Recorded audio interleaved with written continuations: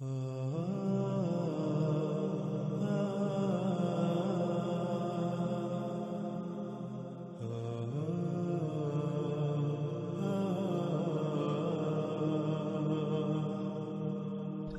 آگے رسول اللہ صلی اللہ علیہ وآلہ وسلم نے کہا اس میں کچھ شک نہیں، اللہ جو ان سب سے اوپر ہے اس یوم یعنی اس مدت میں اس کے ساتھ اس سے مومنین کی حفاظت کرے گا جس کے ساتھ ملائکہ کی حفاظت کرتا ہے تسبیح سے، یعنی صرف وہی لوگ اس مدت میں دجال کے فتنے سے بچیں گے جن کا کردار ملائکہ کا سا ہوگا۔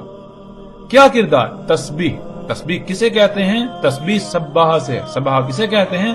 کہ اللہ سبحانہ و تعالی جیسے ہی کوئی حکم دیں بغیر کسی ہیلے بہانے کے، بغیر کسی ہیلے حجت کے، فوراً اس بات کو، اس حکم کو تسلیم کرتے ہوئے اس کے اوپر عمل کرنا، اسی طرح کام کرنا جیسے اللہ سبحانہ و تعالی نے حکم دیا۔ تو رسول اللہ صلی اللہ علیہ وآلہ وسلم نے کہا کہ اس یوم انہی لوگوں کو بچایا جائے گا، اللہ انہی کی حفاظت کرے گا، ان مومنین کی جو تسبیح کریں گے، یعنی جو بھی اللہ نے حکم دیا، جیسے حکم دیا بالکل ویسے ہی اس کو تسلیم کرتے ہوئے اس کے اوپر عمل کریں گے۔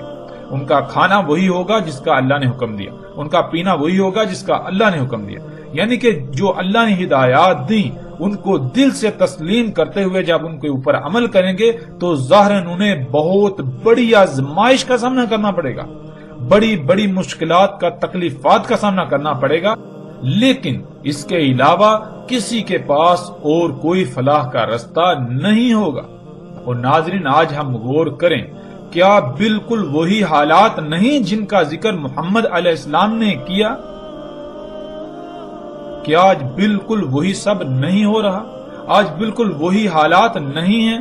اگر دجال کا فتنہ واضح ہوتا ہے اور اس کو ترک کرنا چاہیں، ترک کریں تو کن حالات کا سامنا کرنا پڑے گا، کیسی آزمائش کا سامنا کرنا پڑے گا۔ پھر ناظرین اس روایت میں سب سے بڑا سوال ان لوگوں کے لیے جو یہ کہتے ہیں کہ دجال ایک شخص ہے، ایک انسان ہے، تو اس روایت میں رسول اللہ صلی اللہ علیہ وآلہ وسلم نے تو دو ٹوک الفاظ میں کہا کہ وہ اللہ کا عبد ہوگا، اللہ کے عبد سے۔ اب عبد کسے کہتے ہیں؟ اب کہتے ہیں غلام کو، اللہ کا غلام۔ تو کیا دجال جو ہے وہ اللہ کا عبد ہوگا، اللہ کا غلام ہوگا؟ اس کا مطلب یہ کہ دجال تو پھر جنت میں جائے گا۔ کیوں؟ کیونکہ اللہ کا وعدہ ہے کہ اللہ اپنے عباد کو جنت میں داخل کرے گا، اللہ اپنے عباد کے اوپر عذاب نہیں لاتا، اللہ اپنے عباد جو ہیں، جو اللہ کے غلام ہیں، ان کو عذاب نہیں دیتا۔ اگر دجال ایک انسان ہے، ایک شخص ہے، تو پھر اس لحاظ سے تو وہ اللہ کا عبد اور وہ جنت میں جائے گا۔ اب یہ کیسے ممکن ہے؟ کیا کبھی ان پہلوؤں پر، ان باتوں پر کسی نے غور کیا؟ بہرحال جیسے جیسے ناظرین ہم آگے بڑھیں گے، ہر بات، ہر پہلو سے، ہر لحاظ سے، ہر طرح سے کھل کر سامنے آ جائے گی، کسی قسم کا کوئی شک و شبہ نہیں رہے گا۔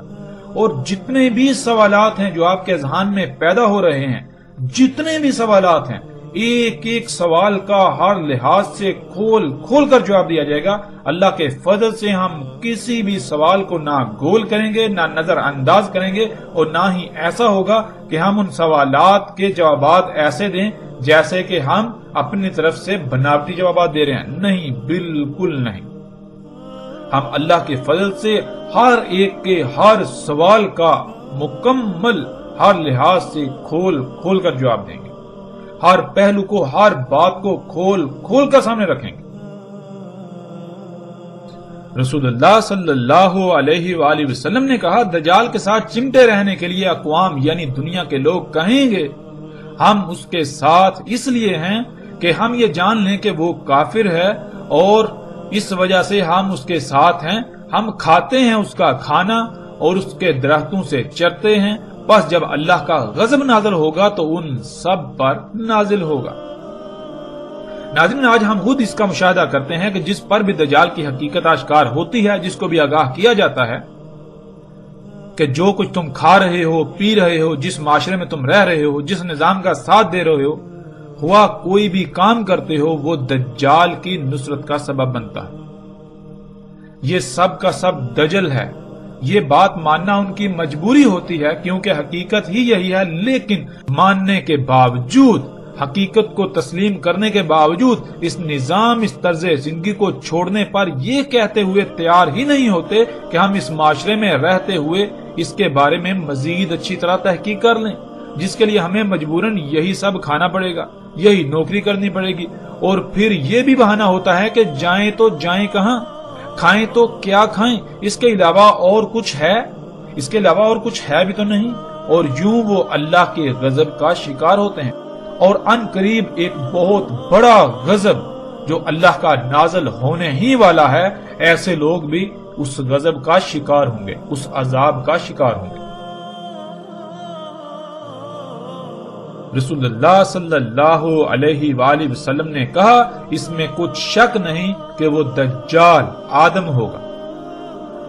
ناظرین، آدم کسے کہتے ہیں؟ آدم کے معنی زمین کے خون کے ہیں۔ زمین کے خون سے ہی اللہ سبحانہ وتعالی نے سب سے پہلے بشر کو خلق کیا، اسی وجہ سے پہلے بشر کا اسم آدم تھا۔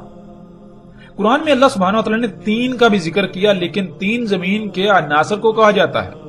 جب زمین کے عناصر کو کیمیائی عوامل سے گزارا، جس کا قرآن میں ذکر ہے، من سلسال من حماء مسنون، تو آدم وجود میں آیا، یعنی زمین کا خون جسے آج ہم خام تیل کا نام دیتے ہیں، وہ وجود میں آیا، اور اسے بھی اللہ سبحانہ وتعالی نے تین کا، اور اسی سے اللہ سبحانہ وتعالی نے بشر آدم کو خلق کیا، اور تمام بنی آدم کو بھی اسی سے خلق کیا۔ اس لیے تمام انسانوں کو بنی آدم کہا جاتا ہے کہ جس سے تمام انسان وجود میں آئے۔ تمام کے تمام انسان نہ صرف آدم بشر کی نسل ہیں، بلکہ زمین کے خون جو کہ آدم ہے سے وجود میں آتے ہیں، وجود میں آ رہے ہیں اور وجود میں آئے۔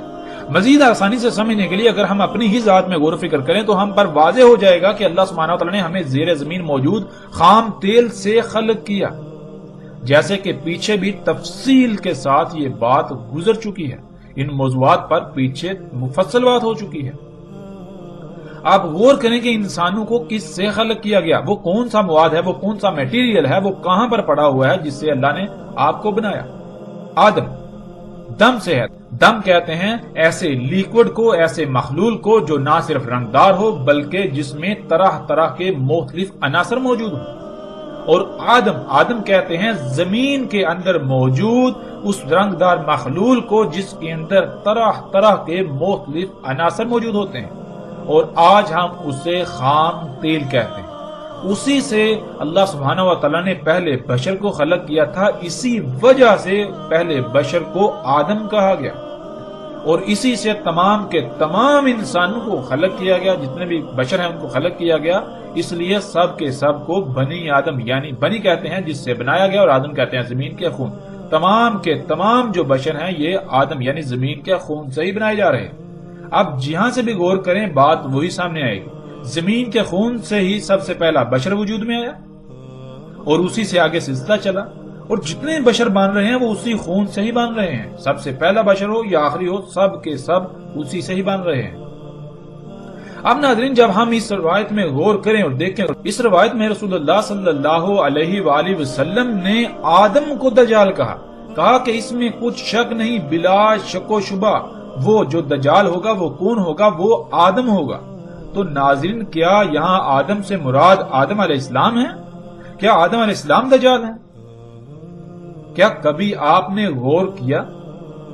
آدم تو کہتے ہیں زمین کے خون کو، جیسے عربی میں دم کہتے ہیں خون کو، دم کہتے ہیں وہ رنگدار مخلول جس کے اندر طرح طرح کے عناصر پائے جاتے ہیں، اور آدم کہتے ہیں زمین کے خون کو، زمین کے اندر موجود جو زمین کا خون ہے، جو زمین کی رگوں میں دوڑتا ہے، جس سے زمین اپنی نباتات نکالتی ہے۔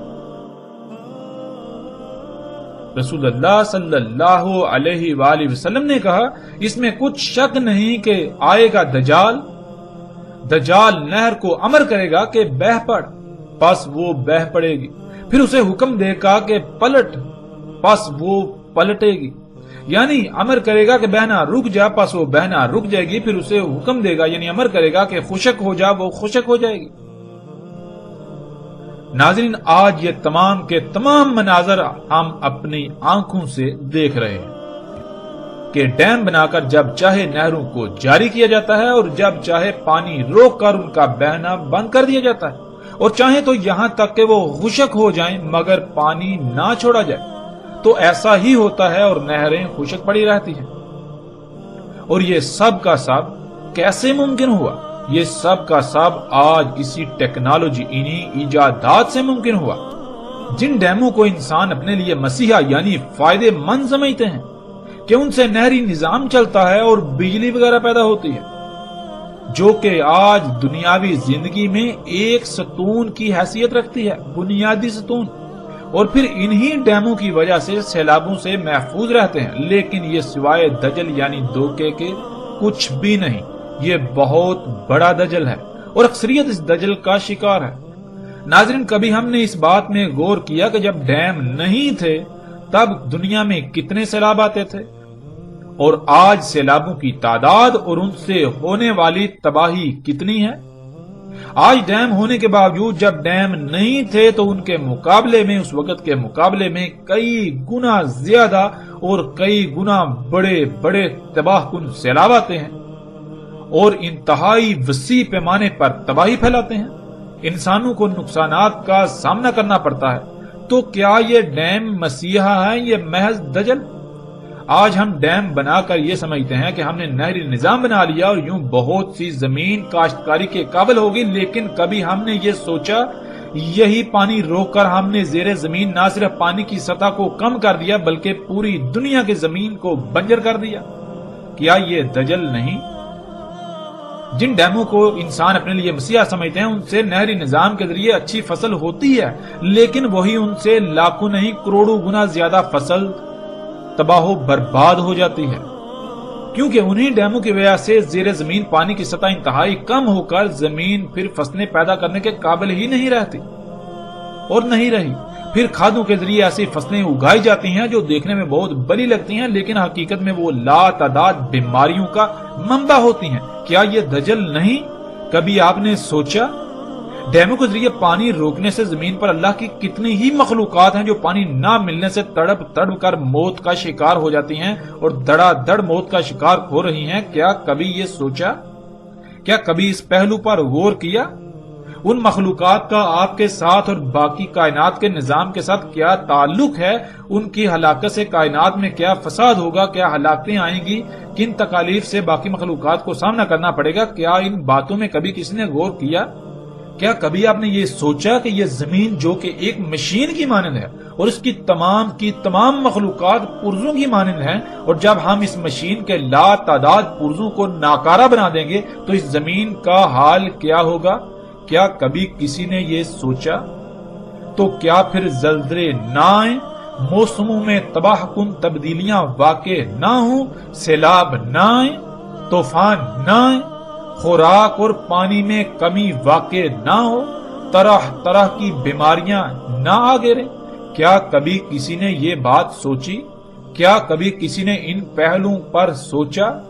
کبھی غور کیا کہ یہ ہمارے لیے مسیحا ہیں یا پھر ہم صرف اور صرف اس کے دجل کا شکار ہو کر اسی شاخ کو دن رات کاٹنے میں مگن ہیں جس پر ہم خود بیٹھے ہوئے ہیں؟ رسول اللہ صلی اللہ علیہ وآلہ وسلم نے کہا، نکلے گا دجال کوسی سے،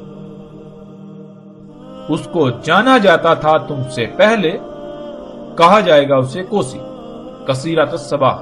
جواب ملا ہاں، کہا وہیں سے دجال نکلے گا۔ صباح ناظرین کہتے ہیں کھادیں، نباتات اگانے والے اجزاء و عناصر، کیمیکلز وغیرہ، یعنی وہ عناصر، وہ اجزاء جو زمین کو اگانے پر مجبور کرتے ہیں۔ یعنی زمین پر ہم سے پہلے جو قومیں آباد تھیں اور اپنے ہی کرتوتوں کے سبب ہلاک ہوئیں، وہ اس زمین کو کوسی کہتے تھے جس میں کھادیں ڈالی جاتی تھی اور ایسے کیمیکلز، ایسے اجزاء یا ایسے عناصر وغیرہ ڈالے جاتے تھے جن سے فصلیں اگائی جاتی تھی۔ کھادوں کے ڈالنے سے جو فصل اگتی تھی وہ دجال تھا، یعنی ایسی فصل محض دھوکہ ہے۔ کھادوں سے اگائی جانے والی فصلیں دیکھنے میں، نظر آنے میں تو بہت زبردست لگتی ہیں، فصلیں دیکھنے میں اچھی اور بہت زیادہ ہوتی ہیں، لیکن حقیقت یہ ہوتی ہے کہ اس فصل کا ظاہری پہلو تو بھلا ہوتا ہے لیکن اس کا باطن بیماریوں سے بھرا ہوتا ہے۔ یہی تو دجل ہے کہ ایک رخ جو سامنے والا ہے وہ تو بہت زبردست ہے، لیکن جو دوسرا پوشیدہ رخ ہے وہ عیبدار، نامکمل اور نقائص سے بھرا پڑا ہے۔ ایسی فصل کا استعمال کرنے والے برکت سے محروم اور طرح طرح کی بیماریوں، خامی اور نقائص کا شکار ہوں گے۔ ایسی فصلوں کو کھانے سے لا تعداد مخلوقات اموات کا شکار ہوں گی، ہلاکتوں کا شکار ہوں گی، ان کو نقصانات کا سامنا کرنا پڑے گا، دنیا میں فساد عظیم ہوگا۔ رسول اللہ صلی اللہ علیہ وآلہ وسلم نے کہا، نکلے گا دجال حمار پر، رجسن علی رجس۔ سب سے پہلے دجال کے حمار کو سمجھ لیجئے، اور اسے سمجھنے سے پہلے اللہ کے حمار یعنی گدھے کو سمجھنا ہوگا۔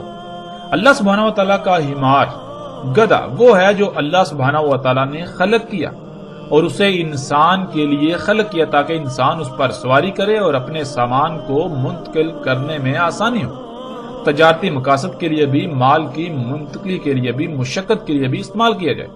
یہ ہے اللہ کا حمار یعنی اللہ کا گدھا۔ اب آتے ہیں دجال کے حمار یعنی دجال کے گدھے کی طرف۔ جب بھی دجال کے حمار کا ذکر ہوتا ہے تو فوراً ذہن میں یہ آتا ہے کہ جیسے کوئی مخصوص شخص ہوتا ہے، مثلا اس کا نام عمران ہے تو اس نے ایک گدھا خریدا جو عمران کا گدھا کہلائے گا، حالانکہ اس کے علاوہ لاکھوں کروڑوں گدھے دنیا میں موجود ہیں، لیکن صرف وہ ایک ہی گدھا عمران کا کہلائے گا۔ بالکل دجال کے بارے میں یہی نظریہ قائم ہے جو کہ انتہائی جاہلانہ اور گمراہ کن ہے۔ ہمیں کبھی بھی یہ بات نہیں بھولنی چاہیے کہ دجال رب بنے گا، یعنی دجال اللہ کے مقابلے پر ایسی ذات ہوگی جو وہ سب کام کرے گی جو اللہ سبحانہ وتعالی کے کرنے والے ہیں، اور وہ ذات اللہ کے مقابلے پر وہ سب کام کرے گی۔ دجال کے حمار یعنی گدھے کا مطلب یہ ہے کہ جس مقصد کے لیے انسان دجال کے نکلنے سے پہلے اپنے اصل رب اللہ سبحانہ وتعالی کا خلق کیا ہوا حمار یعنی گدھا استعمال کرتے تھے، دجال اسی مقصد کے لیے اللہ سبحانہ وتعالی کے خلق کیے ہوئے اس ذریعے یعنی گدھے سے احسن ذریعہ یعنی گدھا خلق کرے گا، اور جو لوگ اللہ کے گدھے کی بجائے دجال کے خلق کیے ہوئے گدھے کو استعمال کریں گے، وہی ان کا دجال کو اپنا رب تسلیم کرنا ہوگا، کیونکہ رب وہی ذات ہوتی ہے جس پر کسی بھی معاملے میں توکل کیا جائے، یعنی کوئی بھی ضرورت پیش آئے تو جس کی خلق کردہ شے کو استعمال کر کے اپنی ضرورت کو پورا کیا جائے وہی رب کہلاتا ہے۔ یہاں تک ہمارے لیے نہ صرف دجال کا حمار واضح ہو گیا بلکہ دجال کے بارے میں مزید واضح ہو گیا کہ دجال کسی مخصوص شخصیت کا نام نہیں بلکہ دجال ایسی ہی کسی ذات کا نام ہے جیسے اللہ سبحانہ وتعالی کی ذات ہے۔ جو کام اللہ سبحانہ وتعالی کرتے ہیں وہی کام جو بھی اللہ کے مقابلے پر کرے گا وہ ذات دجال کہلائے گی، اور آج وہ سب کچھ اللہ کے مقابلے پر ہو رہا ہے جو آج سے پہلے صرف اللہ سبحانہ وتعالی ہی کرتا تھا، اور آج یہ سب کچھ صرف اور صرف ٹیکنالوجی سے ہی ممکن ہوا، انہی مشینوں انہی ایجادات سے ممکن ہوا، اور یہی سب دجال ہے، یعنی یہی ایجادات ہیں، یہی مشینیں ہیں، یہی ٹیکنالوجی ہی ہے کہ انسان ہر معاملے میں اللہ کی بجائے اسی پر توکل کرتا ہے، یعنی اللہ کی بجائے اسے اپنا رب بنائے ہوئے ہے۔ ناظرین، آپ آتے ہیں روایت کی طرف۔ رجس کہتے ہیں اسے جو انسان کو کسی بھی معاملے میں اللہ کی بجائے اپنے اوپر توکل کرنے پر مائل کرے یا مجبور کر دے۔ مثلا ناظرین، آج جو گاڑیاں موجود ہیں، جب یہ گاڑیاں موجود نہیں تھی تو انسان کے لیے سواری کے ذرائع صرف گدھے، گھوڑے، خچر اور اونٹ وغیرہ تھے۔ جب بھی انسان کو سفر کی ضرورت پیش آتی تو فوراً انسان کے ذہن میں یہی ذرائع آتے اور انہی پر انحصار کرتا، لیکن آج گدھے، گھوڑے، خچر اور اونٹوں کی موجودگی کے باوجود جب بھی انسان کو سفر کی ضرورت پیش آتی ہے تو فوراً جس کے بارے میں ذہن میں آتا ہے وہ گاڑیاں ہیں، اور گاڑیوں کی موجودگی میں انسان کے بالکل بھی ذہن میں گدھے، گھوڑے، اونٹ وغیرہ کا خیال نہیں آتا۔ اس کی جو وجہ بنی اسے عربی میں رجس کہتے ہیں۔ جب بھی سفر کی ضرورت پیش آئی تو فوراً گاڑی کا خیال آیا، اسی پر انحصار کیا، اسی پر توکل کیا، باوجود اس کے کہ گدھے، گھوڑے، خچر اور اونٹ وغیرہ موجود ہیں۔ آج انسان چاہ کر بھی گدھے، گھوڑے، اونٹ وغیرہ پر سفر نہیں کرتا جہاں بھی یہ گاڑیاں موجود ہیں۔ ان میں کشش ہی ایسی ہے کہ وہ انسان کو اپنی طرف مائل کر لیتی ہیں، بالکل مجبور کر دیتی ہیں۔ یہی وہ شے ہے جسے عربی میں رجس کہا جاتا ہے۔ رسول اللہ صلی اللہ علیہ وآلہ وسلم نے کہا، نکلے گا دجال حمار پر۔ دجال حمار پر نکلے گا یعنی گدھے پر نکلے گا۔ مطلب یہ کہ دجال کی ابتدا گدھے سے ہوگی، یعنی اللہ کے مقابلے پر جو شے سب سے پہلے خلق ہوگی اور وہ دجال اکبر ہوگا، وہ سواری کا ذریعہ ہوگی۔ ایسا سواری کا ذریعہ جو رجس پر رجس ہوگا، یعنی اس کی موجودگی میں اللہ کے سواری کے ذرائع بے وقت ہو جائیں گے، لوگ اس کی طرف نہ چاہ کر بھی کھینچے چلے جائیں گے۔ دجال ہوگا رجس پر رجس، یعنی دجال کی موجودگی میں انسان اسے اپنے رب بنانے پر، یعنی اس کی خلق کردہ اشیاء سے ضروریات پوری کرنے پر مجبور ہوں گے، یا اپنے لیے صرف انہی میں فائدہ دیکھیں گے اور یوں استعمال کریں گے۔ اب آتے ہیں دجال کا حمار ہوگا کیا، کیسا ہوگا، اس کی پہچان کیا ہے، اس سمیت تمام کے تمام سوالات کے جوابات کی طرف۔ رسول اللہ صلی اللہ علیہ وآلہ وسلم نے کہا، اس میں ہوں گی 3 علامات، یعنی جن سے دجال کو پہچانا جا سکے گا۔ وہ اول ہوگا، یعنی جو بھی کام کرے گا، جو بھی خلق کرے گا، جو بھی خلق ہوگی، وہ ضرور کسی نہ کسی لحاظ سے عیبدار، خامیوں نقائص والا ہوگا، خامیوں نقائص والی ہوگی۔ ایک پہلو سے مکمل، دوسرے پہلو سے یکسر نامکمل ہوگی۔ تمہارا رب اول نہیں ہے، یعنی جو شے بھی عیبدار ہو وہ تمہارے رب اللہ سبحانہ و تعالیٰ کی نہیں ہوگی، کیونکہ اللہ کے لیے ہے ہی حمد۔ اللہ سبحان ہے، اللہ جو کچھ بھی خلق کرتا ہے وہ عیوب سے، نقائص سے پاک ہوتی ہے۔ اللہ کچھ بھی عیبدار، نقائص والا، خامی والا خلق نہیں کرتا، اس لیے جو کچھ بھی عیبدار ہوگا وہ تمہارے رب کا نہیں ہوگا، اور نہیں مسخر کیے جائیں گے اس کے لیے دواب مگر حمار، یعنی اللہ سبحانہ تعالیٰ کا جو دابہ ہے وہ تمام کے تمام جاندار جو زمین پر رینگنے والے ہیں، اپنی ٹانگوں پر چلنے والے ہیں، یا اڑنے والے ہیں، یا پھر تیرنے والے ہیں، سب کو خلق کرنے کا الگ الگ مقصد ہے، جن میں سے کچھ ایسے ہیں جن کو اللہ سبحانہ و تعالیٰ نے سواری کے لیے خلق کیا، لیکن وہ تو محض چند ایک ہیں، اور جو ان کے علاوہ ہیں جن کی تعداد کا شمار ہی نہیں، ہر کسی کو الگ الگ مقصد کے لیے خلق کیا۔ اور دجال کے لیے دواب میں سے صرف حمار یعنی سواری کا ذریعہ مسخر کیا گیا، یعنی وہ جتنا بھی دابہ خلق کرے گا، اور دابہ کہتے ہیں حرکت کرنے والی مخلوقات کو، خواہ وہ رینگ کر حرکت کریں، چل کر کریں، اڑ کر کریں، یا پھر تیر کر کریں، وہ جتنا بھی دابہ خلق کرے گا اس کا مقصد سواری کرنا یا مشقت کرنا ہوگا، یعنی وہ مقصد ہوگا جس مقصد کے لیے اللہ سبحانہ و تعالیٰ نے گدھے کو خلق کیا۔ رجسن علی رجس، یعنی دجال کے گدھے کے ہوتے ہوئے کوئی بھی انسان سواری کی ضرورت پوری کرنے کے لیے یا مشقت کے لیے اللہ کے گدھے کو استعمال نہیں کرے گا، بلکہ دجال گدھے کی جانب چاہتا ہوا یا نہ چاہتا ہوا کھینچا چلا جائے گا۔ کتب ہوگا اس کی عین کے درمیان، کافر پڑھ لے گا اسے، ہر مومن خواہ وہ لکھنا جانتا ہو یا نہ جانتا ہو۔ ناظرین، اس کی وضاحت پیچھے گزر چکی۔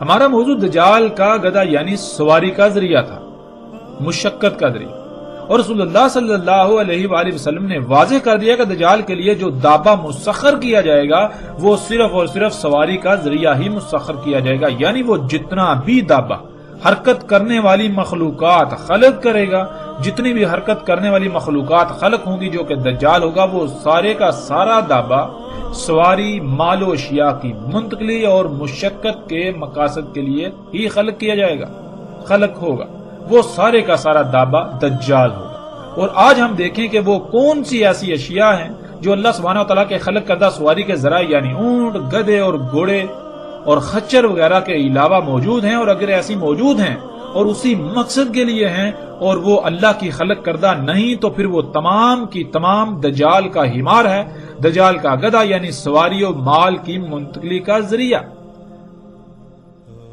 اور جب ہم غور کریں تو دجال کا ہمار اتنا واضح ہے کہ ہمیں اتنے انسان نظر نہیں آتے جتنے دجال کے ہمار نظر آتے ہیں، جنہیں ہم گاڑیاں، ٹرینیں، ٹرامیں، ہوائی جہاز، بحری جہاز وغیرہ کا نام دیتے ہیں۔ یہ سب کا سب دجال کا ہمار ہے، جیسا کہ سکرین پر نظر آنے والی تصاویر میں آپ دیکھ سکتے ہیں۔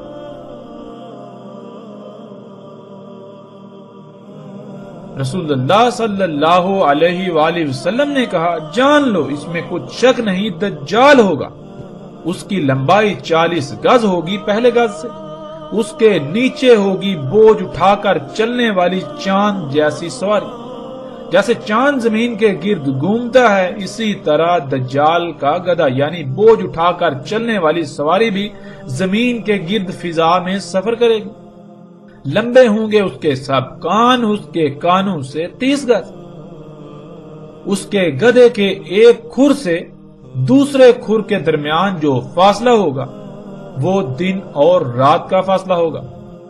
زمین اس کے لیے سکیڑ یعنی لپیٹ دی جائے گی، یعنی سالوں کا سفر دنوں، گھنٹوں اور منٹوں میں طے کرے گا، انتہائی تیز رفتاری سے۔ اپنے ید یعنی اپنی قوت سے بادلوں کو چھوئے گا، ان سے اوپر نکل جائے گا اور سورج پر سبقت لے جائے گا اس کے چھپنے کی طرف۔ اس کے آگے دھوئیں کا پہاڑ اور پیچھے سرسبز پہاڑ ہوگا۔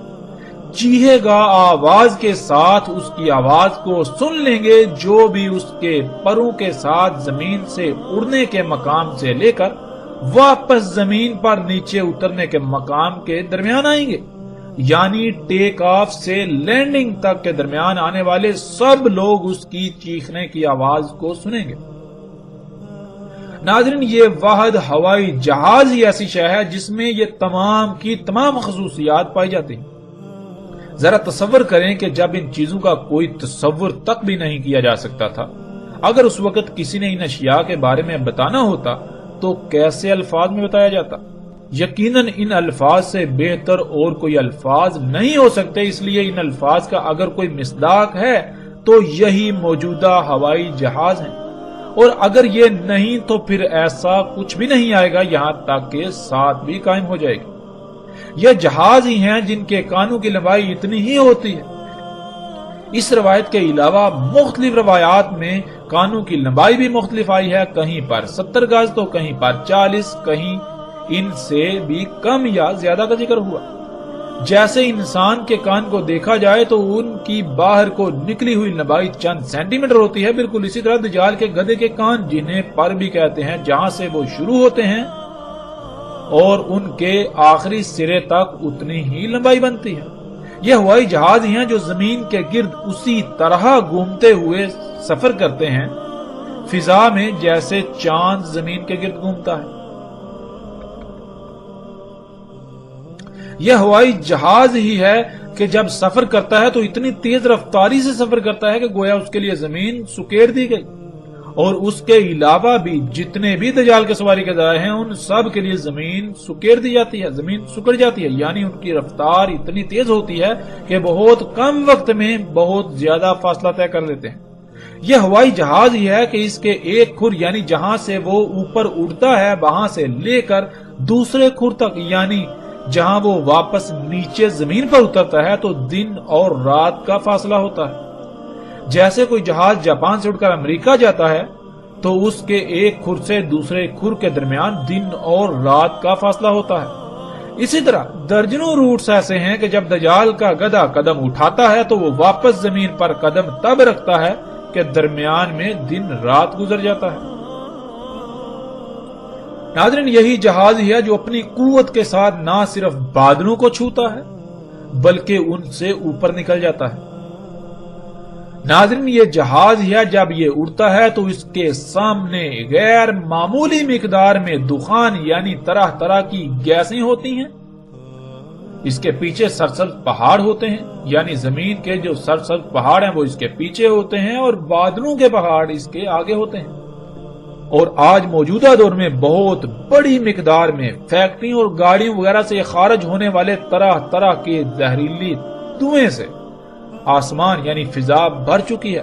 یوں سامنے نہ صرف بادلوں کا پہاڑ جو بالکل دھوئیں کی طرح نظر آتا ہے وہ ہوتا ہے، بلکہ سامنے حقیقی دھوئیں کا پہاڑ ہوتا ہے، یعنی غیر معمولی مقدار میں دخان ہوتا ہے، طرح طرح کی زہریلی گیسیں ہوتی ہیں یا طرح طرح کی مختلف گیسیں ہوتی ہیں، غیر معمولی مقدار میں دھواں۔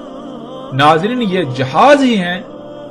جہاز ہی ہے جو مسلسل زوردار اور گرجدار آواز میں چیختا ہے، اور اس کے اڑنے کے مقام سے لے کر واپس نیچے اترنے تک کے درمیان سب لوگ اس کی گرجدار آواز کو سن لیتے ہیں،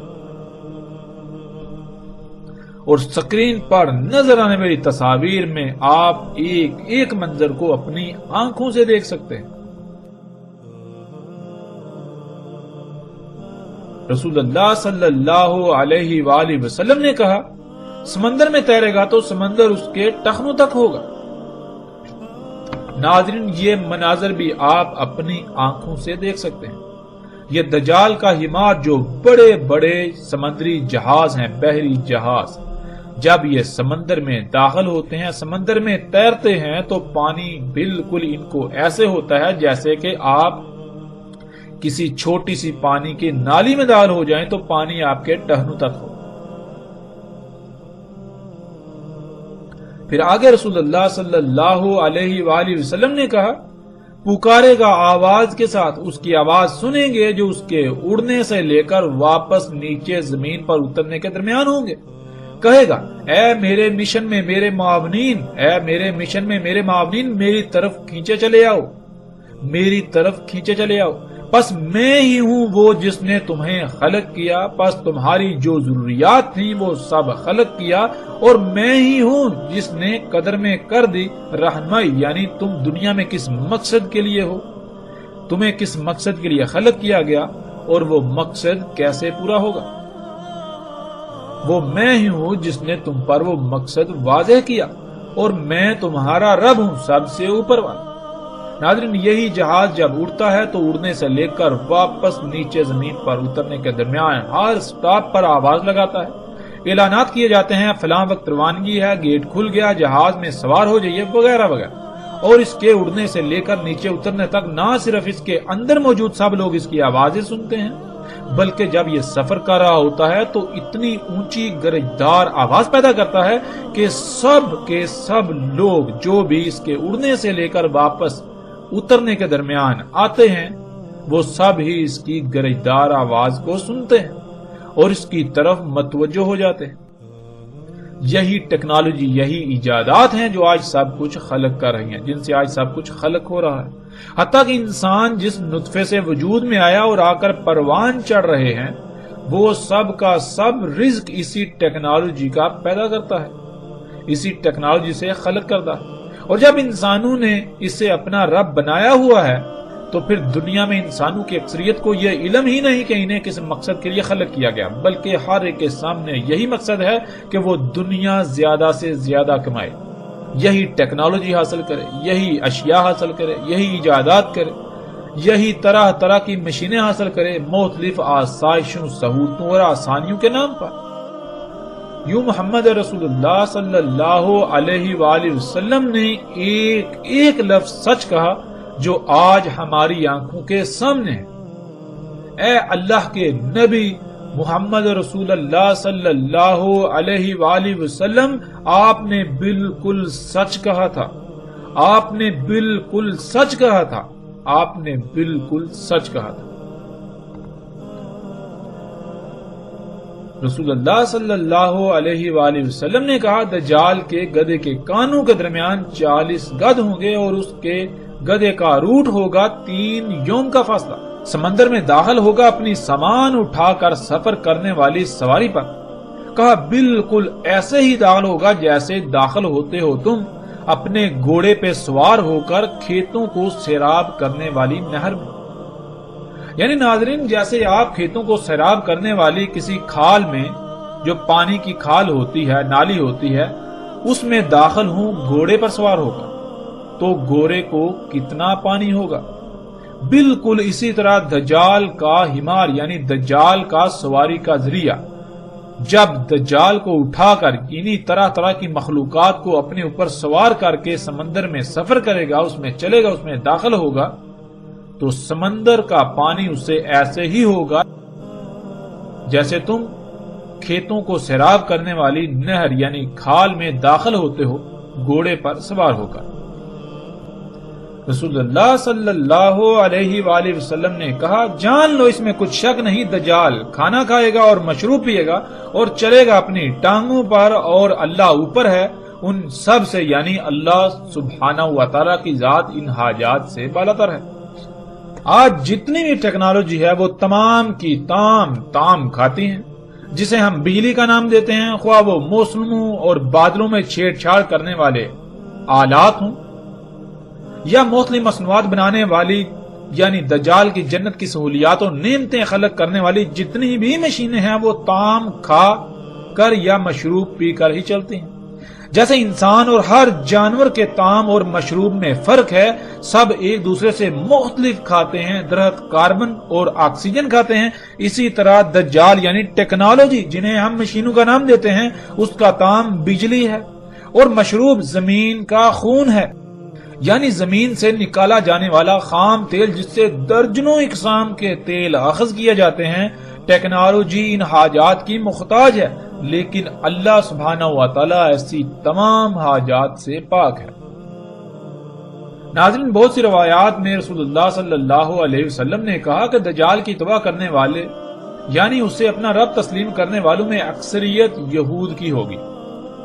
اور ناظرین، جب ہم یہ الفاظ پڑھتے ہیں، یہ بات ہمارے سامنے آتی ہے، ہمیں بتائی جاتی ہے، تو ہم بالکل بے فکر ہو جاتے ہیں، اس لیے کہ ہم خود کو مسلمان کہتے ہیں، مسلمان سمجھتے ہیں، مسلمان کہلواتے ہیں، اور یہود تو وہ ہیں جو آج بھی یہودی کہلاتے ہیں۔ اور پھر قرآن میں یہود و نصارہ کے بارے میں جتنی بھی آیات ہیں ہم ان سے مراد بھی یہودی اور عیسائی لیتے ہیں، لیکن ہم نے کبھی یہ غور نہیں کیا کہ قرآن میں اللہ سبحانہ تعالیٰ نے یہود و نصارہ کن کو کہا۔ جب ہم قرآن میں غور و فکر کریں تو قرآن کی پہلی سورۃ الفاتحہ میں مغضوب اور ضالین کے الفاظ آئے ہیں، اور سب اس پر متفق ہیں کہ مغضوب سے مراد یہود اور ضالین سے مراد نصارہ ہے۔ اور سورہ فاتحہ کو دن میں کئی بار پڑھتے ہیں، اس کے باوجود غور ہی نہیں کرتے کہ اگر ہم نے وہ کچھ کیا جو بنی اسرائیل میں سے لوگوں نے کیا، جو یہود کہلائے تو ہم بھی یہود کہلائیں گے، اور جو کچھ نصارہ نے کیا اگر ہم بھی وہی کریں گے، ہم نے بھی وہی کیا تو ہم بھی نصارہ کہلائیں گے۔ بنی اسرائیل کو اللہ سبحانہ و تعالیٰ نے اس امت کے طور پر منتخب کیا جسے دنیا کے انسانوں کے لیے نکالا تھا، لیکن جب انہوں نے اپنی ذمہ داری ترک کر دی اور دین کو ٹکڑے ٹکڑے کر کے گروہ در گروہ تقسیم ہو گئے تو اللہ سبحانہ و تعالیٰ کے غضب کا شکار ہوئے، اللہ کی لعنت کا شکار ہوئے، دنیا میں ذلیل و رسوا ہوئے، اس کے باوجود کہ وہ آج تک خود کو وہی امت سمجھ رہے ہیں جسے اللہ نے دنیا کے انسانوں کے لیے نکالا، یعنی انہوں نے ہی دنیا میں نظام قائم کرنا ہے، صرف انہیں ہی دنیا پر حکمرانی کا حق حاصل ہے۔ وہ طے کریں گے کہ کیا دنیا کے انسانوں کے لیے فائدہ مند ہے اور کیا نقصان دہ ہے، کیا کس نے کرنا ہے کیا نہیں کرنا، اس لیے وہ کبھی بھی ہاتھ پر ہاتھ رکھ کر نہیں بیٹھے اور دنیا میں اپنا نظام، اپنی حکومت قائم کرنے کے لیے کوشش کرتے رہے اور ساتھ کے قائم ہونے تک کرتے رہیں۔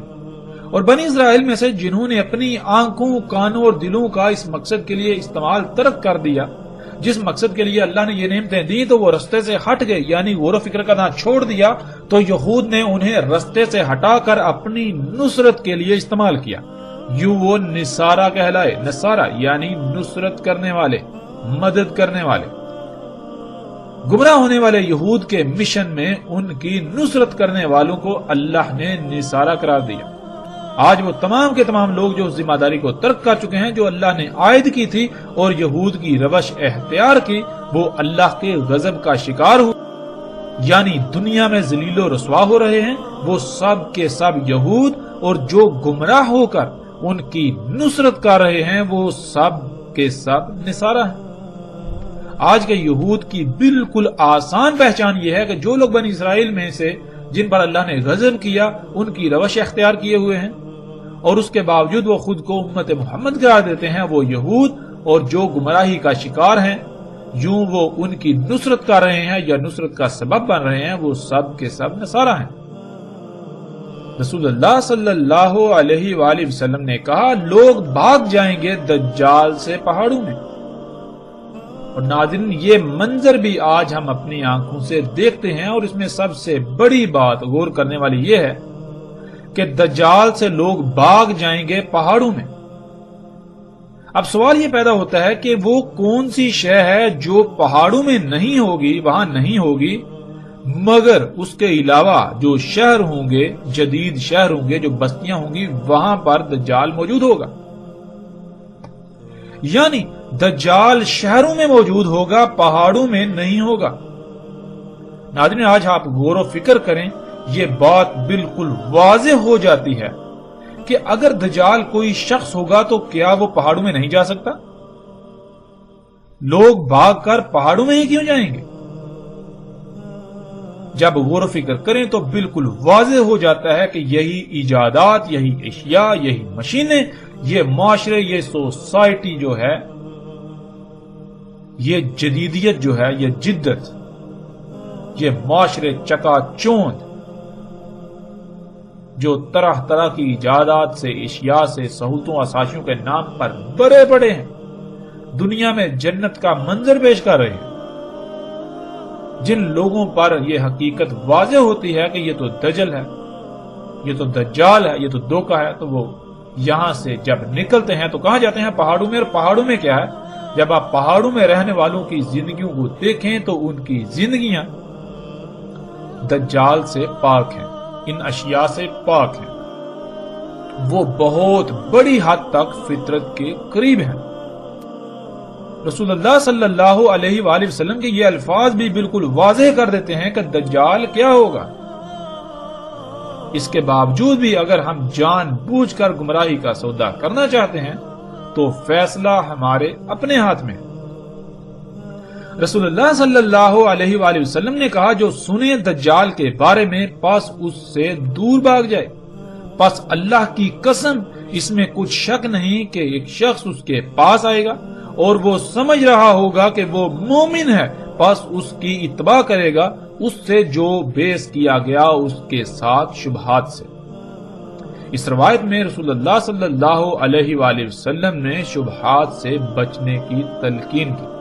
شبہات انہیں کہتے ہیں جو نہ ہی واضح حلال اور نہ ہی واضح یعنی کہ بالکل ہر لحاظ سے کھلم کھلا حرام ہو، یعنی درمیان کی اشیاء جن کے بارے میں علم نہ دیا گیا ہو۔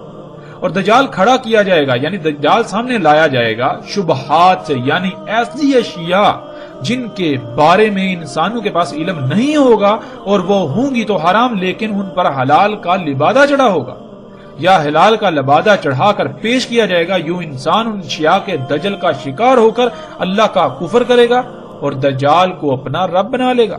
اس کے باوجود وہ یہ گمان کر رہا ہوگا، وہ یہ سمجھ رہا ہوگا کہ وہ مومن ہے، جیسا کہ رسول اللہ صلی اللہ علیہ وآلہ وسلم نے کہا کہ وہ یہ گمان کرے گا کہ وہ مومن ہے، حالانکہ حقیقت یہ ہوگی کہ وہ دجال کی اتباع کر رہا ہوگا، یعنی دجال کو اپنا رب بنا چکا ہوگا، وہ مومن نہیں ہوگا، یعنی وہ اللہ کے احکامات کو مان کر ان کے مطابق زندگی نہیں گزار رہا ہوگا، وہ اللہ کے حکم کے مطابق نہیں کھا رہا ہوگا، اس کا اللہ کے حکم کے مطابق حلال حرام نہیں ہوگا، بلکہ وہ اپنی زندگی گزارنے کے لیے، اپنی ضروریات کو پورا کرنے کے لیے وہ انہی چیزوں کو، انہی اشیاء کو اختیار کرے گا جن سے اللہ نے روکا، اللہ نے منع کیا۔ اللہ نے تو فطرت پر قائم ہونے کا حکم دیا اور وہ فطرت کے برعکس انہی اشیاء پر توکل کرے گا، انہی سے اپنی ضروریات پوری کرے گا۔ اس کے باوجود وہ خود کو مومن سمجھ رہا ہوگا، یعنی کہ میں جو کچھ بھی کر رہا ہوں وہ اللہ کا حکم ہے اور میں اللہ کے حکم کے مطابق کر رہا ہوں۔ اللہ نے حکم دیا فطرت پر قائم ہونے کا، تو غور کریں کیا آپ فطرت پر قائم ہیں؟ حضرت مومن تو کہتے ہیں ایمان لا کر، یعنی حکم کو، بات کو مان کر عمل کرنا، بالکل اس طرح جیسے عمل کا حکم دیا گیا، جو بھی اللہ نے حکم دیا اس پر عمل کرنے والا۔ اور انسان ایسے ہوں گے کہ وہ گمان تو کریں گے کہ وہ مومن ہے، یعنی وہ وہی کر رہے ہیں جس کا اللہ نے حکم دیا، لیکن ایسا کچھ نہیں ہوگا. وہ دجال کی اتباع یعنی دجال کے پیچھے پڑے ہوں گے. جیسے مثال کے طور پر اللہ نے مرغی حلال کی تھی، لیکن اللہ سبحانہ و تعالیٰ نے یہ شرط بھی عائد کر دی کہ حلال طیب بھی ہونا چاہیے. اگر کوئی شے حلال ہے مگر طیب نہیں تو پھر وہ حلال نہیں بلکہ حرام ہو جائے گی. اور آج کیا کیا جا رہا ہے کہ اکثریت آج مرغی کھا رہی ہے اور مومن ہونے کا دعویٰ بھی کرتی ہے.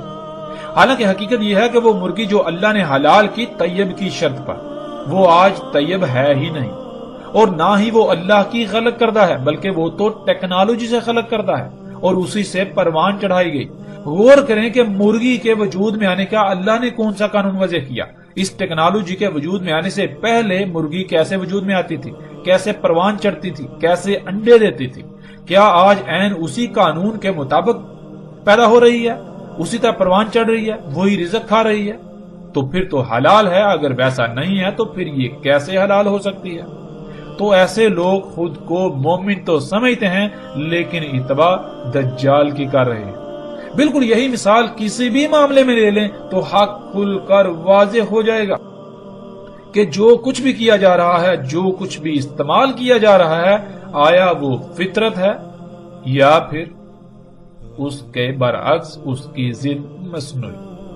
آیا اس کا خالق اللہ ہے یا پھر کوئی اور؟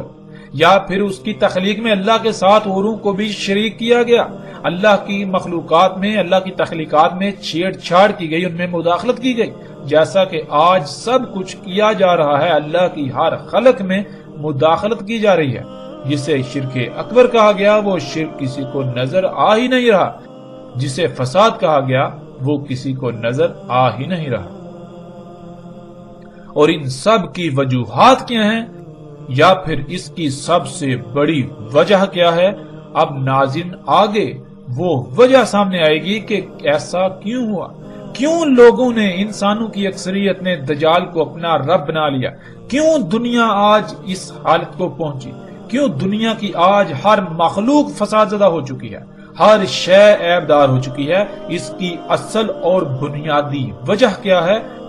آگے اس پر بات ہوگی.